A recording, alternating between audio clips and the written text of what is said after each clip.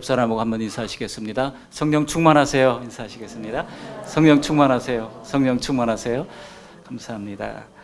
오늘은 성령 강림절입니다. 코로나로 말미암아 이제 성찬식을 하지 못해서 매우 아쉽습니다만 성삼위 하나님과 함께하는 풍성한 영적 교통을 누리는 시간 되시기를 바랍니다.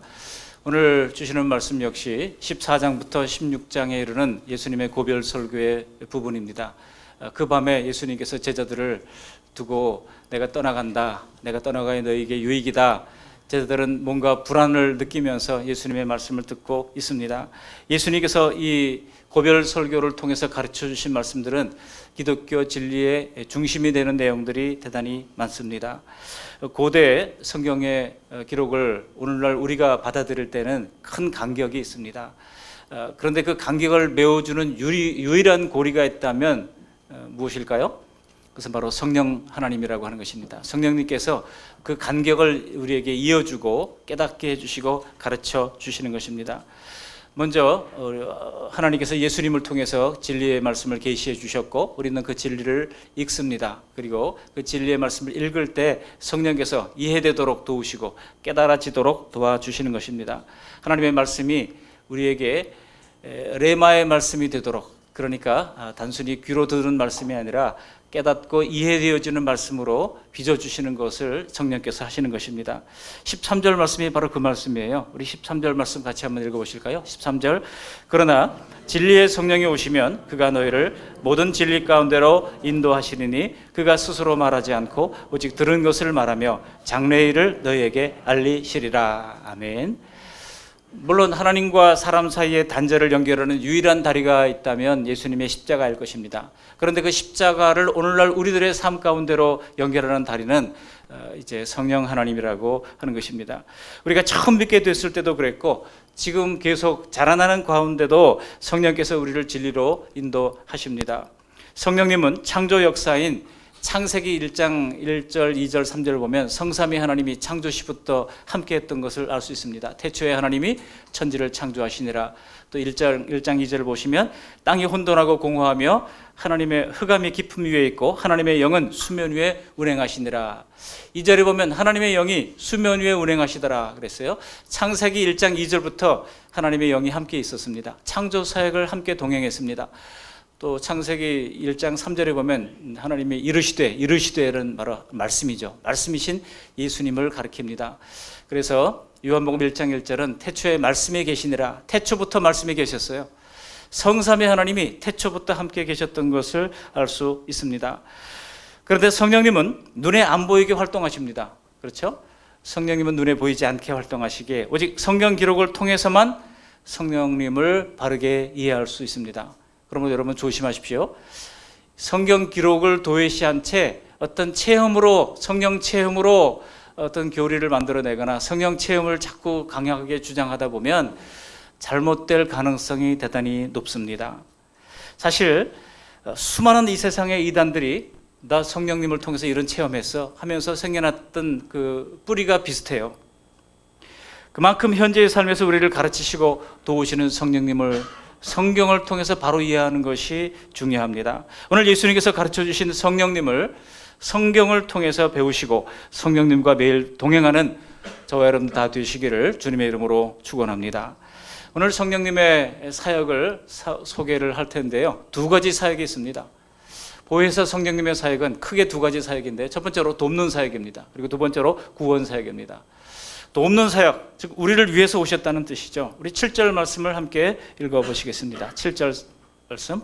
그러나 내가 너에게 실상을 말하노니 내가 떠나가는 것이 너희에게 유익이라. 내가 떠나가지 아니하면 보혜사가 너희에게로 오시지 아니할 것이요 가면 내가 그를 너희에게로 보내리니.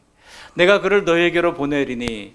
여기 16장 전체의 말씀이 예수님이 하신 말씀이잖아요. 그렇기 때문에 나는 예수님을 가리킵니다. 내가, 예수님이 보혜사 성령님을 보내시겠다는 뜻입니다.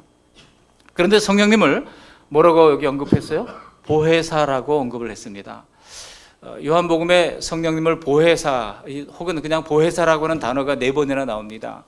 어디에 있습니까? 이미 14장부터 나오죠. 14장 16절, 14장 26절, 15장 26절, 그리고 오늘 본문의 7절에 나옵니다. 먼저 14장 16절 말씀 같이 한번 보실까요? 우리 화면을 보면서 함께 읽어보시겠습니다. 내가 아버지께 구하겠으니 그가 또 다른 보혜사를 너에게 주사 영원토록 너희와 함께 있게 하리니 그랬습니다. 거기 또 다른 보혜사를 너에게 주신다 그랬죠. 예수님이 또 다른 보혜사를 보내주신다고 약속하셨으면 달리 말하면 예수님도 보혜사라는 뜻입니다. 예수님이 보혜사가 되시고 또 다른 보혜사인 성령님을 우리에게 보여주신다고 말씀하고 있습니다. 그렇죠? 그러니까 예수님도 보혜사시고 성령님도 보혜사이신데 여러분 신천지 이만희는 자기 자신을 보혜사라고 그랬어요. 신천지 이만희 어떤 책자에도 보혜사 이만희 저 이렇게 책자에 그렇게 적어놨어요.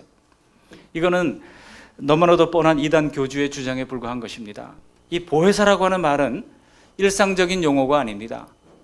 이 보혜사라고 하는 단어를 우리 주님이 사용한 단어가 파라클레토스라고 하는 헬라어입니다. 우리 예수님께서 신약 성경을 말씀을 가르치시고 할 때 대부분 헬라어로 가르치셨거든요. 그러니까 헬라어는 우리 주님이 사용하신 주님의 용어입니다. 구약 성경의 히브리어는 하나님이 사용하신 하나님의 용어입니다. 그런데 이 파라클레토스라고 하는 말을 직역을 하면 파라라고 하는 말은 뭐뭐 곁에, 뭐뭐 옆에 이런 뜻이고 클레토스라고 하는 것은 돕는 자라고 하는 뜻입니다. 옆에 있어서 돕는 자. 이게 파라클레토스의 뜻입니다. 그런데 당시에 예수님 당시 시장 헬라어가 코인의 헬라어가 있었습니다. 그 코인의 헬라어로는 이것을 이제 변호사라고 하는 말로도 번역을 하기도 했습니다. 이것을 우리말 성경에서 한자어인 보혜사라고 번역한 것은 보호하고 은혜를 베풀어 주는 선생님이라는 뜻입니다. 우리를 보호하고 우리를 은혜를 베풀어 주시는 선생님이 바로 보혜사인 것입니다. 그러니까 그 단어 자체에서 벌써 성령님이 우리를 위해서 무슨 일을 하시는지가 벌써 드러나고 있습니다. 우리는 이 파라클레토스라고 하는 주님의 용어 선택에서 하나님이 얼마나 나약한 우리를 도와주시려고 처음부터 작정하셨는가 하는 것을 알 수 있습니다. 이것은 주님께서 늘 죄에 빠져 살 수밖에 없는 우리를 도와주시고 곁에서 이끌어 주시고 성령님을 통하여 이제 도와주시기로 자청하셨다는 것, 작정하셨다는 뜻입니다. 그런 점에서 예수님도 보혜사시고 성령님도 보혜사가 되십니다.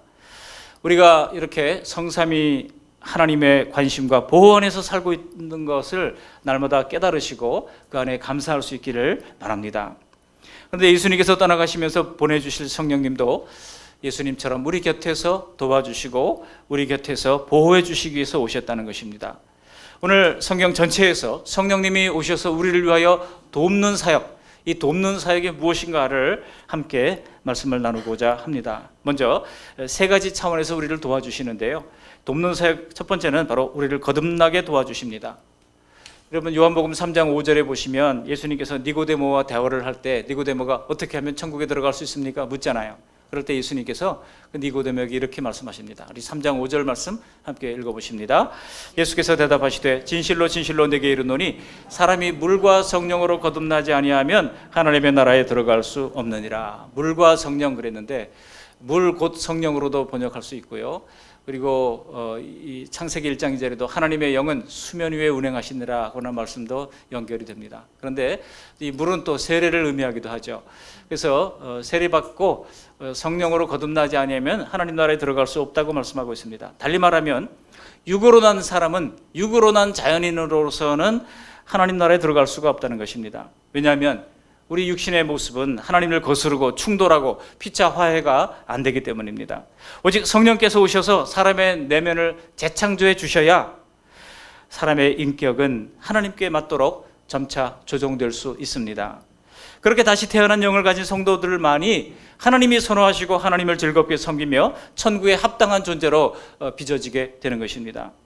그런데 이렇게 성령으로 다시 태어나는 일은 우리에게 달린 것이 아니에요. 성령께서는 예수님의 대속을 믿고 회개할 때 성령을 받게 되리라고 분명히 말씀하고 있습니다.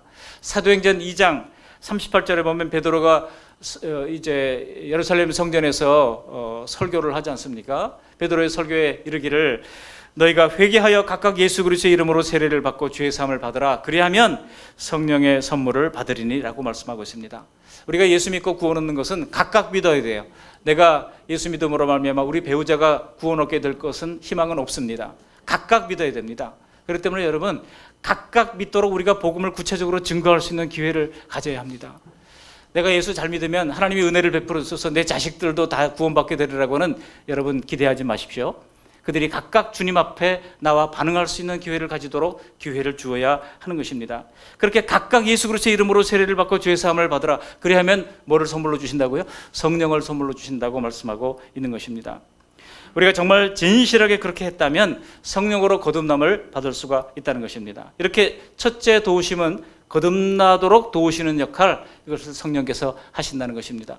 우리가 복음을 증거할 때 전도지를 나눠주면요, 돌아보면 꾸깃꾸깃해서 휙 던져버릴 때 우리가 얼마나 마음이 아픕니까? 근데 어떤 사람은요, 기도할까요? 그러면 기도해 주세요. 그러고 있는 눈을 감고 앉아 있는데 따라하라 그러면 다 따라하고, 그렇게 나의 죄인됨을 믿습니다. 그렇게 고백을 하고, 또 예수 그리스도의 십자가 구속을 믿습니다. 다 따라하고.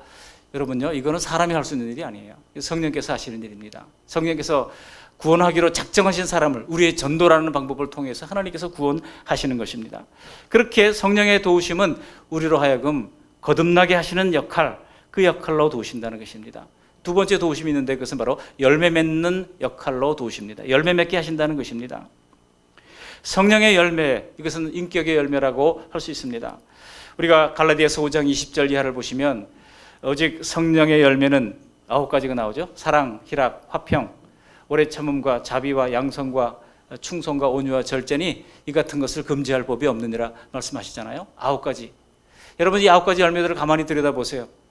여기 무슨 성령의 신비적인 어떤 역할을 얘기한 것이 아닙니다. 전부 다 우리의 인격적 열매를 말하고 있습니다. 성령 받으면 더 사랑하게 됩니다. 더 기뻐하게 됩니다. 화평합니다. 오래 참게 됩니다. 그리고 자비를 베풉니다. 양선, 선한 일들을 즐거워합니다. 그리고 충성하게 됩니다. 온유하게 됩니다. 절제하게 됩니다. 이런 아름다운 성품의 열매를 내주하는 성령께서 맺어지도록 도우신다는 것입니다. 이렇게 구원받은 성도들을 거룩한 성화로 인도하시는 일을 하는 역할이 바로 성령님의 돕는 역할입니다. 그런데 여러분, 성도들을 돕는 이 역할 가운데 이렇게 성령의 열매 가운데 이제 성품의 모습을 빚어가시기도 하지만 은사를 주셔서 주의 일을 감당하기도 하십니다. 어떤 이들에게는 믿음을 주시고, 어떤 이들에게는 방언을 주시고, 어떤 이들에게는 통역의 은사를 주시고, 또 어떤 이들에게는 섬김의 은사를 허락해 주셔서 우리로 주님을 섬기게 하십니다. 그런데 직분도 은사예요. 하나님이 우리에게 집사, 권사, 장로, 안수집사, 목사 이렇게 직분을 주셔서 섬기도록 하신 것도 은사입니다. 은사론에 관해서 고린도전서 12장부터 14장까지 말씀하고 있는데요, 12장 마지막 절에 보면 더욱 큰 은사를 사모하라, 그리고 나서 13장으로 넘어가서 사랑의 은사를 소개하고 있잖아요. 그런데 그 은사, 직분도 은사라고 한다면 우리에게 주신 그 직분도 머물러 있지 말고 더 좋은 은사를 우리가 사모하는 것도 굉장히 중요합니다. 본인의 사모함이 굉장히 중요해요. 그렇게 하나님께서 우리로 하여금 사모함을 주시고 주의 일을 기꺼이 감당하게 하시는 것도 누구라고요? 성령님께서 하시는 사역이라고 하시는 것입니다. 그렇게 성령은 열매 맺도록 우리의 인격을 바꾸시고 또 우리로 하여금 헌신하도록 바꾸어 주십니다. 세 번째 도우심이 있습니다. 세 번째 도우심은 아주 중요한 또 다른 도우심이 있는데 그것은 바로 우리로 하여금 입술을 열어 복음을 전파하게 하신다는 것입니다. 하나님 나라를 전파하도록 도와주십니다. 우리가 구원받는 것과 거룩하게 성화되어 가는 것이 중요한 것처럼 성령님으로 말미암아 복음을 전파하는 것도 똑같이 중요합니다. 여러분, 요한복음 14장에 예수님께서 뭐라고 말씀하셨어요? 이 밤에 내가 떠나가면 이제 내가 하던 일을 너희들이 할 것인데 나보다 더 큰 일도 할 것이라고 주님께서 이미 14장에서 말씀한 바 있습니다. 그러면서 물론 그 길은 쉽지 않을 것이라고도 말씀하셨습니다. 주님처럼 무고하게 모함을 받는 일도 있을 것이며 주님처럼 박해를 받는 것도 있을 것이라고 말씀하고 있습니다. 아니, 지금 제자들이 그렇지 않아도 불안한데 자꾸 예수님이 어디로 간다 그러니까 지금 내일이면 지금 나라를 선포하고 독립을 선포하고 제자들로 하여금 장관 자리를 하나 기대하던 그런 제자들에게 지금 갑자기 낙심하는 어두운 그림자가 드리워지고 있는 상황입니다. 그런데 예수님께서 꼭 그런 말을, 너희들이 이제 박해를 받는다, 그런 말을 하셔야만 했겠습니까? 주님의 의도가 무엇일까요? 주님의 의도는 그런 일이 일어난다 할지라도 뭔가 이상한 일이 일어나는 것처럼 뭔가 잘못된 일이 일어나는 것처럼 생각하지 말라는 것입니다. 그들 앞에 일어날 수 있는 모든 상황들이 다 일어나게 됩니다. 여러분, 예수 믿는다고 교통사고 안 납니까? 예수 믿는다고 코로나 안 걸립니까? 예수 믿는다고 병에 안 걸립니까? 예수 믿어도 동일하게 그런 일이 일어날 수 있습니다. 그런데 그런 일이 일어날 때 우리가 낙심하지 말라는 것입니다. 내가 평생 예수 믿었는데 왜 나에게 이런 일이 일어나는가? 여러분, 한 번 죽는 것은 사람에게 정하신 것이라 그랬어요. 또 죽는 것도 그냥 죽는 것이 아니라 시편에 보시면 주 안에서 죽는 자들을 복되다고 말씀하고 있습니다.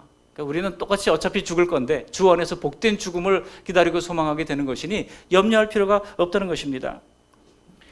여러분, 우리에게도 동일하게 이 세상에서 크고 작은 일들, 크고 작은 희노애락을 우리가 다 경험하게 될 겁니다.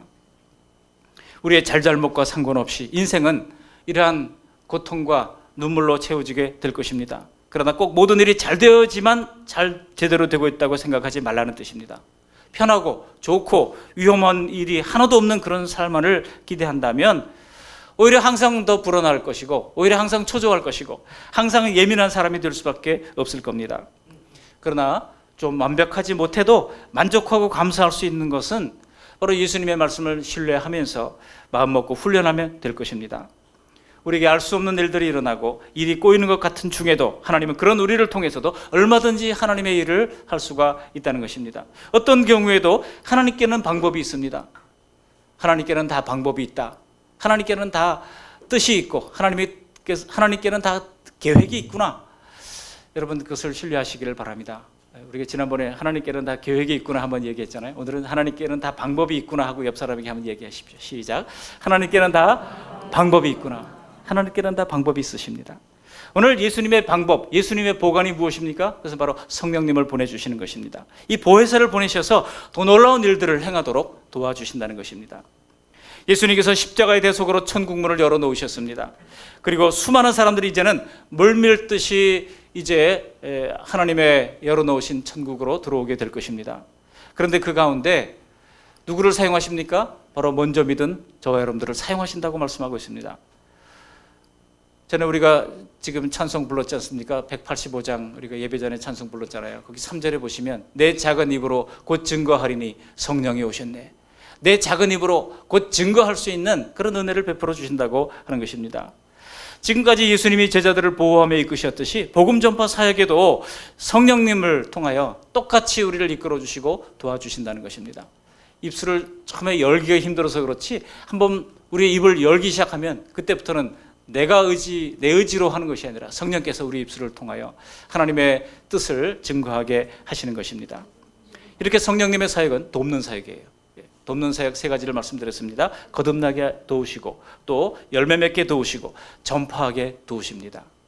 성령님의 두 번째 사역이 뭐라고 그랬어요? 구원 사역이죠. 자, 이 부분이 좀 헷갈리는 부분들이 있을 건데요.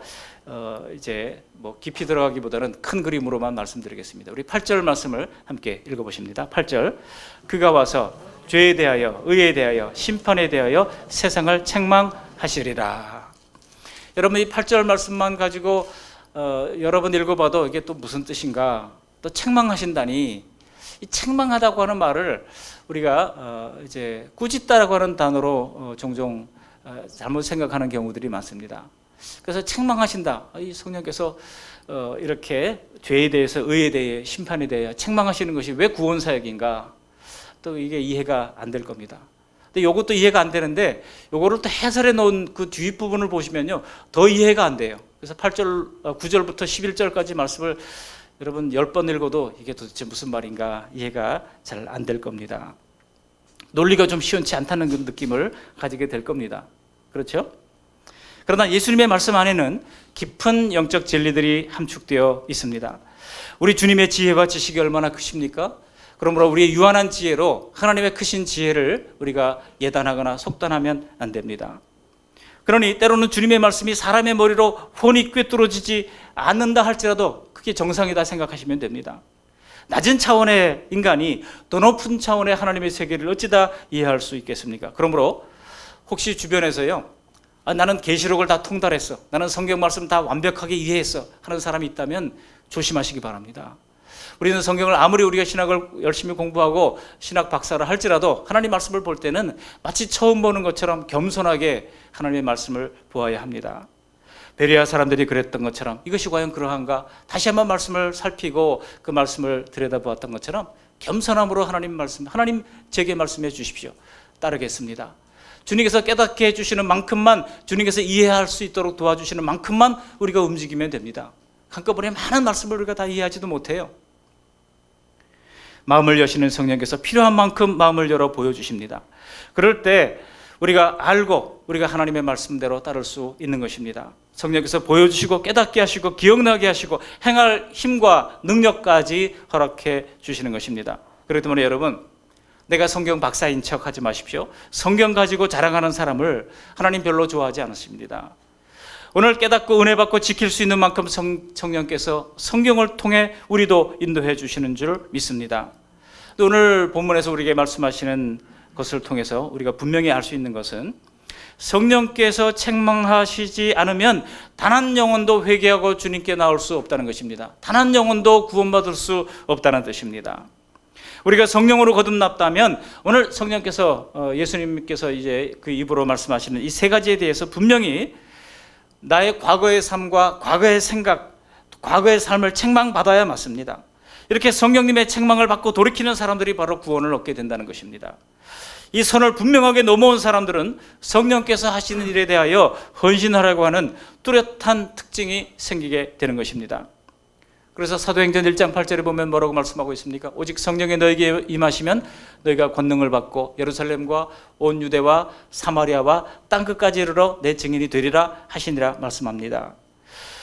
여기 성령께서 책망하시는 세 가지 아이템이 나옵니다. 그 세 가지가 뭐예요? 죄에 대하여, 의에 대하여, 그리고 심판에 대하여 책망하시리라고 말씀하고 있습니다.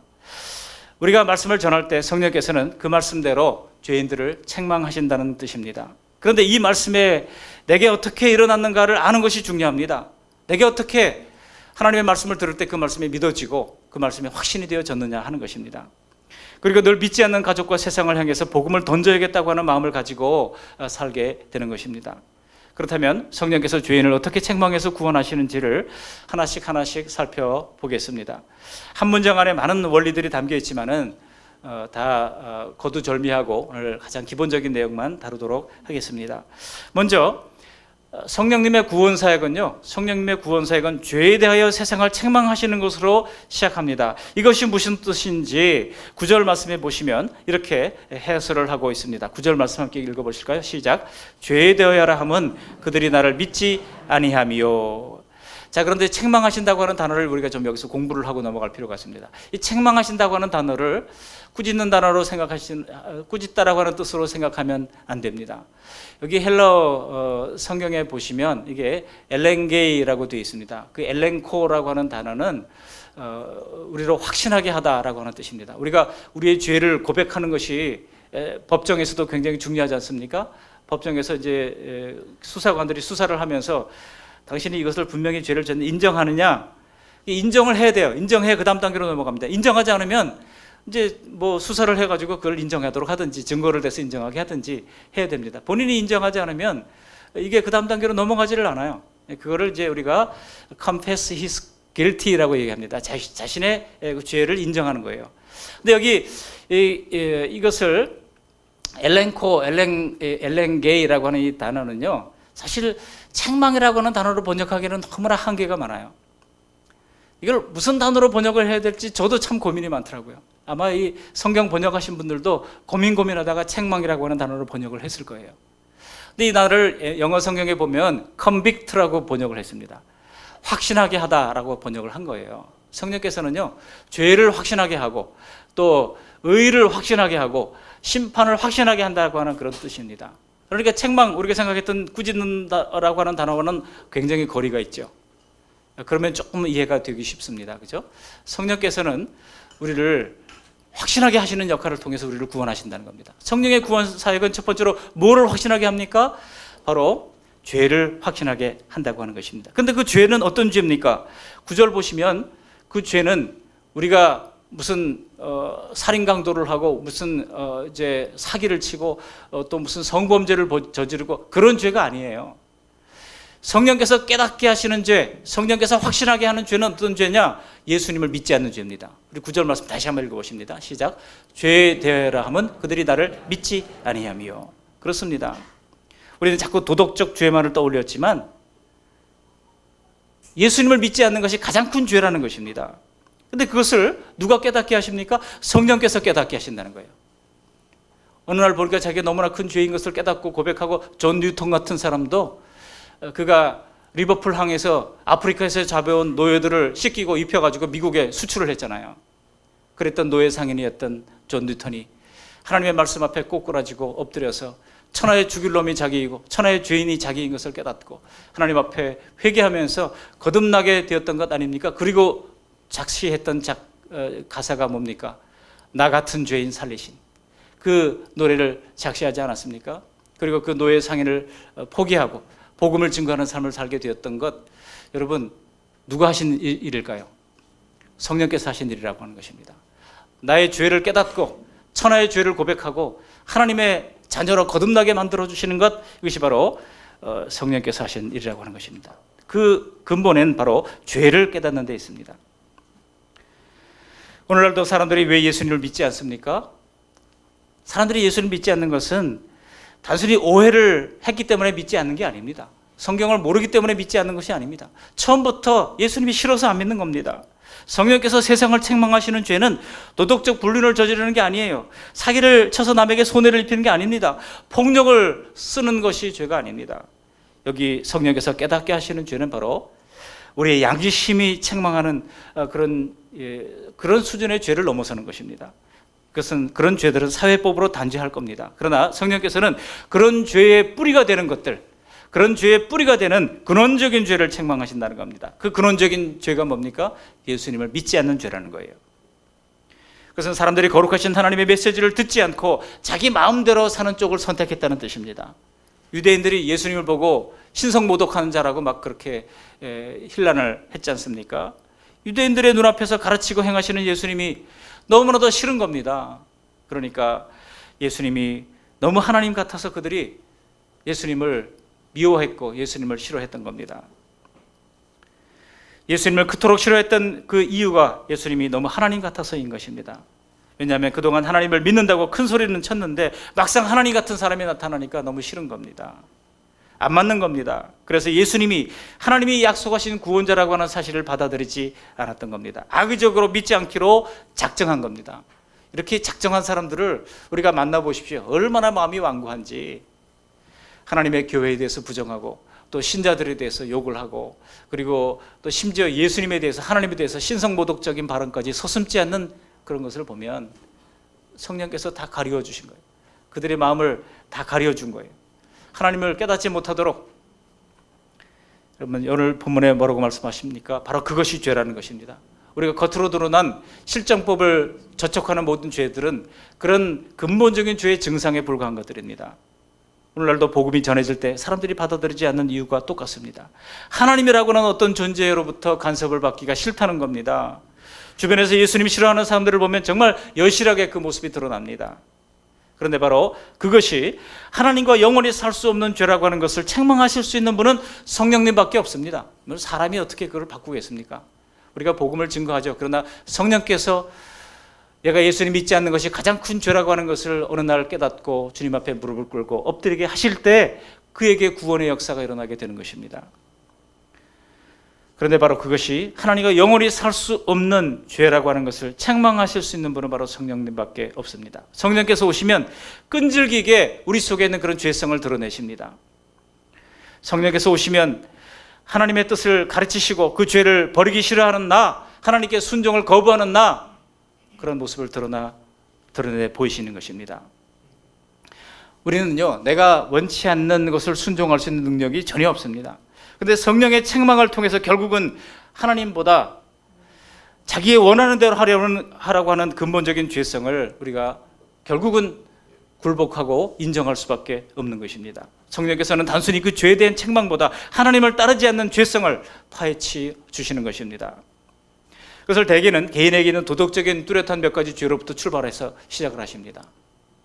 마치 다윗에게는요, 바세바 사건을 통해서 그가 다시 철저하게 회개하는 기회로 만들었듯이, 그런가 하면은 이 어거스틴 같은 사람에게는요, 16세기 어거스틴, 이 어거스틴 전집을 보시면, 야, 이렇게 많은 책을 써가지고 신학생들을 괴롭게 하는구나. 신학생들이 다 그렇게 얘기해요. 괴롭게 한다고. 이 많은 책들을 왜 썼나. 그러는데요, 여러분, 그 어거스틴이 원래 어떤 사람, 방탕한 사람 아니었습니까? 그 어머니의 기도로 말미암아 예수님을 믿고 돌아오게 된 이후에 그가 철저히 주님을 따르는 사람으로 변화되어지게 됐던 겁니다. 외국 사람들 말고 우리나라 사람들은 어떻습니까? 그러니까 여러분, 길선주 목사님 한번 생각해 보세요. 우리 길선주 목사님, 평양 대부흥의 주역이었던 분 아닙니까? 그 길선주 목사님은 그런데 친구의 땅 문서를 몰래 훔쳐가지고 팔아먹었던 전력이 있습니다. 근데 예수님을 만나니까 그 모든 죄가 하나님 앞에 철저하게 회개되어지고 천하의 죽일 놈이 나인 것을 깨닫게 되고, 세상 그 어떤 사람보다 내가 가장 큰 죄인임을 깨닫게 되고 엎드려서 통에 자복하면서 하나님께 나와 변화되게 됐던 겁니다. 여러분, 죄를 깨닫는 것, 그것이 굉장히 복된 것입니다. 우리가 복음을 증거할 때 인간이 다 죄인이죠. 그러면 그럼요, 다 죄인이죠. 이렇게 얘기하는 사람은 희망이 있어요. 내가 왜 죄인입니까? 그러고 고개를 빳빳하게 쳐드는 사람은 아직도 갈 길이 먼 것입니다. 하나님께서 때로는 결정적인 죄에 빠지도록 놔두시는 이유도 바로 거기에 있습니다. 그 죄를 출발점으로 해서 하나님께서는 우리의 근본적인 죄악을 다루시고자 하시는 것입니다. 물론 성도들이 예수님을 믿으면서 점점 그 도덕적인 죄악들도 멀리하게 될 겁니다. 그러나 자기 죄성의 정체가 언제든지 한순간에 배반의 고개를 든다는 것을 우리가 아셔야 합니다. 그렇기 때문에 우리는 날마다 우리 죄를 고백할 필요가 있습니다. 우리의 죄를 날마다 고백하고, 하나님, 저 같은 죄인을 구원해 주시니 감사합니다. 날마다 하나님 앞에 우리의 죄를 고백할 때 요한일서 1장 8절 이하를 보시면, 고백하면 그는 미쁘시고 의로우사 우리 모든 죄를 사하신다고 약속하고 있습니다. 그러나 죄를 인정하지 않으면 하나님의 은혜가 머물러 있지 않는다고 엄중히 경고하고 있는 것입니다. 성령의 죄에 대한 책망은 바로 예수님을 향한 불신의 죄, 하나님을 향한 불신의 죄라고 할 수 있습니다. 성령의 구원 사역은 이런 불신의 죄를 깨닫게 하심으로, 확신하게 하심으로 시작되는 것입니다. 두 번째로 성령님의 구원 사역은 뭐를 책망하신다고 그랬어요? 의에 대하여 책망하신다고 말씀하고 있습니다. 자, 이게 구절이 무슨 뜻인지 10절에 보면 이렇게 해설을 해놓았습니다. 우리 10절 말씀 함께 읽어보십니다. 10절, 의에 대하여라 함은 내가 아버지께로 가니 너희가 다시 나를 보지 못하며. 그럼 이거 여러분 읽어도 잘 이해가 안 돼요. 이게 무슨 뜻인지. 여러분, 여기서 핵심적인 단어는 아버지께로 가니라고 하는 단어에 있습니다. 아버지께로 간다. 예수님이 십자가를 통해서 우리의 모든 죄를 가리워 주셨죠. 그리고 부활로 이제 승리를 선포하셨죠. 그리고 아버지께로 가는 승천으로 말미암아 이 예수님의 구원을 완성하신 것입니다. 그러니까 아버지께로 간다고 하는 것은 십자가와 부활과 승천을 완성하는 그런 단계에 이르는 것입니다. 그래서 우리가 예수님을 이제는 다시 보지 못합니다. 바로 이것을 우리가 아는 것이 중요합니다. 그러니까 여기서 의라고 하는 것은 단 하나의 우리가 구원받기 위한 중요한 의가 있다면 오직 예수님의 사역밖에 없다는 거예요. 내가 획득하는 의가 아닙니다. 내가 열심히 살아서, 내가 신앙생활을 열심히 해서, 내가 혹은 새벽 기도를 열심히 해서, 내가 혹은 성경을 3독, 4독, 10독, 20독 해서 의롭게 되는 것이 아니라고 하는 겁니다. 성경 열심히 읽어야죠. 근데 여러분, 그것을 나의 의를 쌓기 위한 도구로 삼아서는 안 됩니다. 가톨릭처럼 피정을 얼마나 했으며 세례를 얼마나 뭡니까? 또 그들이 다 기록을 하거든요. 그래서 죽을 때 보면 장례식장에서 보면 신부님이 오셔가지고 그 가톨릭 신자가 일생 동안 했던 걸 다 이야기를 해요. 피정을 몇 번 했고, 뭐를 몇 번 했고, 뭐를 몇 번 했고 다 얘기를 합니다. 그게 공로거든요. 여전히 그 공로를 가지고 어떻게 혜택을 보려고 하는 것인데, 여러분, 그것은 아주 잘못된 성경 해석입니다. 여러분, 이 장로교에서는요, 전적 타락의 교리가 있습니다. 전적 타락의 교리. 그게 뭡니까? 우리는 생각하기에 그래도 나 같은 사람은 그래도 내 안에 좀 의가 있다고 생각하는 경우들이 얼마나 많은지 몰라요. 그런데 여러분, 성경은 그렇게 우리를 얘기하지 않습니다. 우리는 전적으로 부패했다는 것입니다. 그래서 칼빈 선생님이 우리 장로교 교리를 5가지로 요약하지 않았습니까? TULIP, 튤립 교리라고 얘기하는데, 그 첫 번째가 바로 Total Depravity라고 하는 겁니다. 전적인 부패. 우리는 하나님께 정말 잘 보일 수 있는 그런 요소가 하나도 없는 그 자체로는 갱생할 여지가 전혀 없이 완벽하게 타락한 존재라는 것입니다. 그런데 유대인들은 어땠어요? 유대인들은요, 모세오경에 나오는 613가지의 율법 조항들을 범하지 않으면 나는 하나님 앞에 의롭다고 생각했습니다. 그런데 우리 예수님께서 그들을 향하여 평가하신 평가가 무엇입니까? 회칠한 무덤이라고 주님께서 평가하셨어요. 여러분, 무덤이 속에서 시체가 썩어 문드러지고 있는데 겉에다가 아름다운 회칠을 해가지고 깨끗하게 만들어 놓았던들, 그 내용이 썩어가는 시신이라고 하면 소용이 없다는 것입니다. 겉만 번지르르하게 꾸민다고 해서 아무런 소용이 없다는 것입니다. 우리 하나님의 날카로운 눈은 우리의 모든 감추어진 내면의 더러운 것들을 다 드러내십니다. 우리 예수님 앞에서도 우리의 모든 잘못과 허물들이 다 털려 나옵니다. 세상의 수많은 종교와 사상들은요, 자기의 의로 구원을 얻으려고 그래요. 불교가 대표적이지 않습니까? 그래서 그들이 이제 열심히 도를 닦고 하는 거 아니겠습니까? 그래서 부처가 되기를 꿈꾸는 것이 불교의 모습입니다. 그래서 여러분, 당신이 죽으면 어떻게 될 것 같습니까? 라고 물어보면 희망적인 대답이 돌아와요. 그래도 내가 세상에서 남보다 착하게 살았으니 좋은 데 가지 않을까요? 그런 희망적인 기대를 품는 경우들이 많습니다. 그러나 그것은 어디까지나 wishful thinking, 희망적인 기대에 불과합니다. 여러분, 제가 어릴 때 주일학교에서 불렀던 찬송 가운데 이해가 안 되는 것이 있었어요. 어린 마음에. 돈 없어도 못 가요 하나님 나라. 그건 제가 이해했어요. 맞아, 돈 없어도 못 가지. 돈으로 가는 게 아니니까.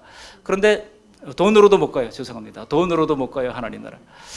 그런데 이제 두 번째 가사가 영 마음에 안 드는 겁니다. 맘 착해도 못 가요 하나님 나라. 아니, 맘 착한데 왜 못 가지? 그게 너무 궁금했던 거예요. 왜 맘 착한데도 못 갈까? 근데 나중에 알고 보니까 맘 착해도 못 가는 게 맞더라고요. 여러분, 하나님 나라는 맘 착하다고 되는 게 아닙니다. 세상에서 착하게 살았다고 갈 수 있는 것이 아닙니다. 오직 세상 법정에서 우리가 의롭다고 인정받는 것은 예수님의 의밖에 없습니다.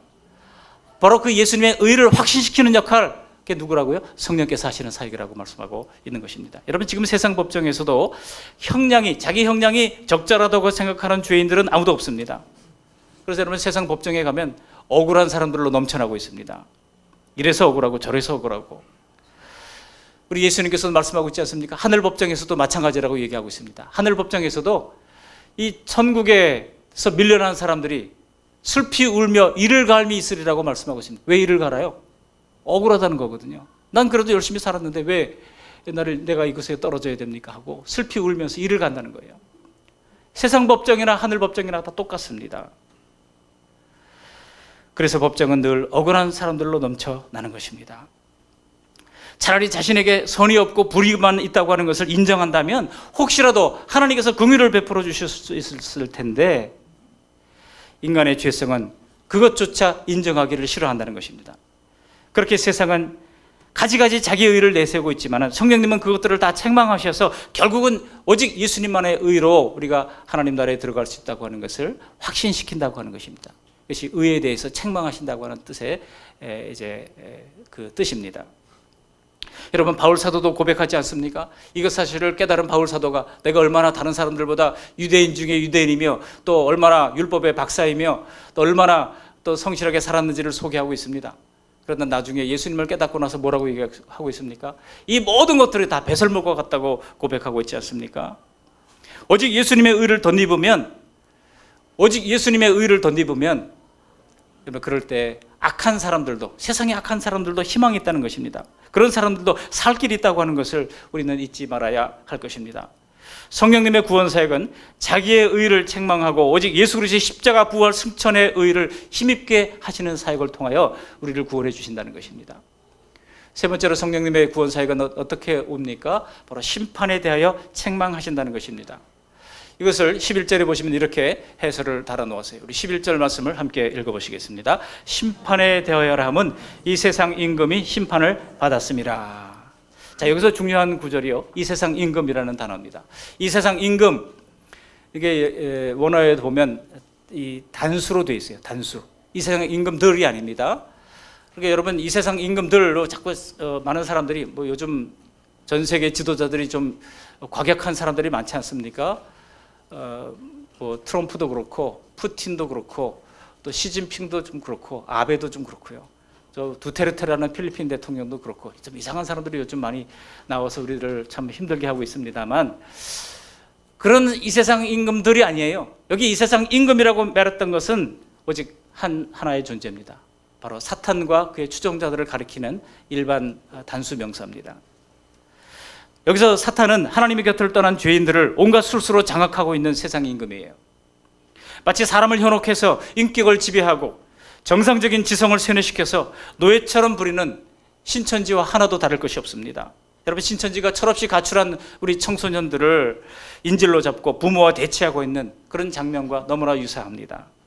사탄은요, 하나님이 사람을 사랑해서 버리지 못한다는 점을 너무나 잘 알고 있어요. 그래서 자꾸 사탄은 참수하는 자라고 말씀하고 있습니다. 요한일서 5장에 보면 사탄은 참수하는 자래요. 참수가 뭡니까? 자꾸 하나님 앞에 그 사람이 죄악을 고발하는 겁니다. 이 사람이 이런 죄를 저질렀는데 어떻게 받아줄 수 있습니까? 이 사람을 용서하는 것은 하나님의 공의에 맞지 않습니다. 라고 하면서 하나님께 자꾸 그의 죄를 이제 고발하는 것이 바로 참수입니다. 사탄은요, 참수하는 자예요. 그렇게 하나님께 도발하는 자입니다.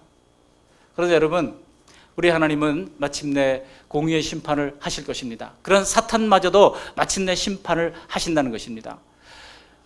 히브리서 9장 27절에 뭐라고 말씀하고 있습니까? 한번 죽는 것은 사람에게 정해진 것이요 그 후에는 심판이 있으리니라고 말씀하고 있습니다. 그러나 예수님의 대속을 통해 죄가 해결된 사람들이 성령의 왕국, 이 사탄의 왕국에서 빠져나가기 시작할 때 그렇게 인지를 빼앗긴 사탄은 이제 그 사악한 죄에 대하여 심판만 남겨지게 될 것입니다. 그런데 예수님이 대속으로 의로워진 사람들이 얼마나 달라지는지 사도행전을 보시면 잘 기록되어 있습니다. 그들은 사탄에 눌린 세상 사람들과는 완전히 구분되는 새로운 삶을 살아가게 됩니다. 이전에는 미워하는 삶을 살았지만 이제는 서로를 사랑하게 됩니다. 이전에는 자신만을 위해서 재물을 사용했지만 이제는 이웃을 위해 아낌없이 재물을 내어놓습니다. 이전에는 형식적으로 섬기던 하나님이었지만 이제는 진심으로 하나님을 공경하며, 여러분 사도행전 2장에 보시면 그들이 매일 모여서 예배합니다. 성전에서나 집에서나. 그랬어요. 성전에서도 모이고 집에서도 모이고 그렇게 매일 모여서 예배하고 함께 교제하며 아름다운 신앙 공동체를 이루어 갔던 것입니다. 지금 코로나로 말미암아 그렇게 하지 못하는 것이 얼마나 안타까운지 모릅니다. 이 상황이 빨리 지나가기를 바랍니다. 그들은 이전에는 영적 눌림으로 괴로워했지만 이제는 성령님으로 말미암아 해방되어 마음껏 하나님을 찬양하고 기도하며 하나님의 통치를 즐거워하는 것입니다. 이런 신자의 변화는 죄인들을 위해 왕노릇하던 사탄의 패배를 의미합니다. 한마디로 왕이 완전히 뒤바뀐 것입니다. 세상 임금이 사라지고 이제는 영원한 왕의 왕 되신 예수님이 우리를 지배하기 시작한 것입니다. 다스리기 시작한 것입니다. 그래서 그와 함께 그를 따라서 세상의 세상의 단물을 빨아먹던 그런 이 악인들도 함께 심판을 받게 될 겁니다. 바로 성령께서는 그 점을 우리에게 확신시키는 것입니다. 그것이 바로 성령께서 책망하시는 것입니다. 이해가 되십니까? 우리가 이전에 섬기던 것이 세상 임금이요 세상에 속한 것이었다고 하는 책망을 다 받으셨습니다. 그렇다면 여전히 세상에 집착하고 세상에서 만족을 얻으려고 하는 과거의 삶에서 하늘의 왕이신 예수님으로부터 더 좋은 것을 받아 누리려고 하는 그런 복된 삶으로 변화되어져야 합니다. 우리가 여전히 세상 임금과 세상이 좋은 것을 줄 줄 알고 따라가는 사람들을 그거 아니야, 그 길이 아니야, 더 좋은 길이 있어, 더 좋은 왕이 있어, 더 좋으신 왕께로 인도하는 충성된 정인들이 되어야 할 것입니다. 말씀을 정리합니다. 예수님은 우리를 속죄해 주시고 성령께서는 우리를 책망하셔서 주님을 믿고 거듭나게 해 주십니다. 그리고 영원히 우리와 함께 하시면서 진리로 이끌어 주십니다. 그리고 더 복되고 더 영광스러운 삶으로 인도해 주십니다. 그러므로 지금 내 안에 오셔서 지도하시는 성령님의 인도를 알기 위해서는 조금 더 믿음의 삶으로 조금 더 깊은 영적인 세계로 우리가 들어가야 합니다. 언덕을 떠나서 창파에, 여러분 얕은 물가에서만 머물러 있지 마시고 더 깊은 영적 세계로 들어가는 저와 여러분들이 될 수 있기를 바랍니다. 어떻게 들어갈 수 있습니까? 바로 하나님의 말씀을 통해서, 그리고 매일매일 하나님 앞에 나와 기도하는 기도의 순간들을 통해서 성령님께서 인도하시는 것을 우리가 느낄 수 있을 것입니다. 그래서 어느 날 보면 우리가 입으로 스스로 말하게 되잖아요. 내가 이렇게 살아면 안 될 텐데. 제가 작년에 이사하면서 집에 있던 피아노를 제가 아는 어떤 집사님, 피아노 하시는 집사님께 부탁을 드려가지고 이제 가져가라고 그랬더니 요즘 피아노 값이 없어가지고 얼마 못 드려요 이렇게 얘기를 하더라고요. 이제 그걸 이제 가져가시면서 하시는 얘기가 저한테 이제 그런 얘기를 하는 거예요. 우리가 정말 이렇게 평안한 생활을 하는 게 이게 과연 맞을까요? 이렇게 얘기를 하는 거예요. 하나님이 정말 살아계시다면 이러면 안 되잖아요. 정말 예수님이 정말 살아계시다면 이러면 안 되잖아요. 그렇게 얘기를 하시더라고요. 맞아요. 이러면 안 되죠. 더 기도하고 더 깨어있고 더 주님께서 기뻐하신 일들을 해드리고 주님의 마음을 아프게 해드렸던 것들을 회개하고 그렇게 살아야죠. 그런 대화를 나누었던 적이 있습니다. 여러분, 그것은 성령께서 하시는 일이에요. 이렇게 살면 안 되지. 그래, 좀 더 너그럽게 생각해야지. 좀 더 말씀에 집중해야지. 좀 더 사람들하고 평화롭게 살아야지. 그래서 성령께서 우리 마음에 변화를 주시는 것입니다. 성령께서 자꾸 우리의 마음에 그런 생각이 들게 하실 때에, 그럴 때 말씀에 어긋남이 없다고 하면 그 성령님의 음성을 소멸하지 마시고 힘써 따르기로 결단하시기를 바랍니다. 그렇게 성령님과 함께하며 성령님의 열매를 맺고 성령님과 함께 복음을 전하는 일에 더 헌신하며 살아가는 우리 모두가 되시기를 주님의 이름으로 축원합니다. 아멘. 고맙고 감사하신 하나님, 오늘 성령님의 두 가지 사역을 살피게 도와주시니 감사합니다. 성령님은 돕는 사역을 하십니다. 성령님은 구원 사역을 하십니다. 도우시되 거듭나게 도우시고 열매 맺게 도우시고 전파하게 도우십니다. 성령께서 우리를 도와서 전파하게 하실 때 우리의 손발은 복음을 증거하는, 복음을 위하여 헌신하는 손발이 되게 도와주시고 우리의 입술은 복음을 선포하는 입술이 될 수 있도록 은혜를 베풀어 주옵소서. 우리가 복음을 선포할 때 성령께서 구원 사역을 일으키십니다. 죄에 대하여, 의에 대하여, 심판에 대하여, 바로 예수님을 믿지 않은 죄, 그리고 오직 예수님의 의, 그리고 이제 악한 사단이 결국은 심판받는다고 하는 이 사실을 확신함으로 말미암아 온전한 구원에 이르러서 영원한 하나님 나라의 백성으로 살아갈 수 있도록 은혜 베풀어 주시옵소서. 예수님의 이름으로 감사하며 기도합니다. 아멘.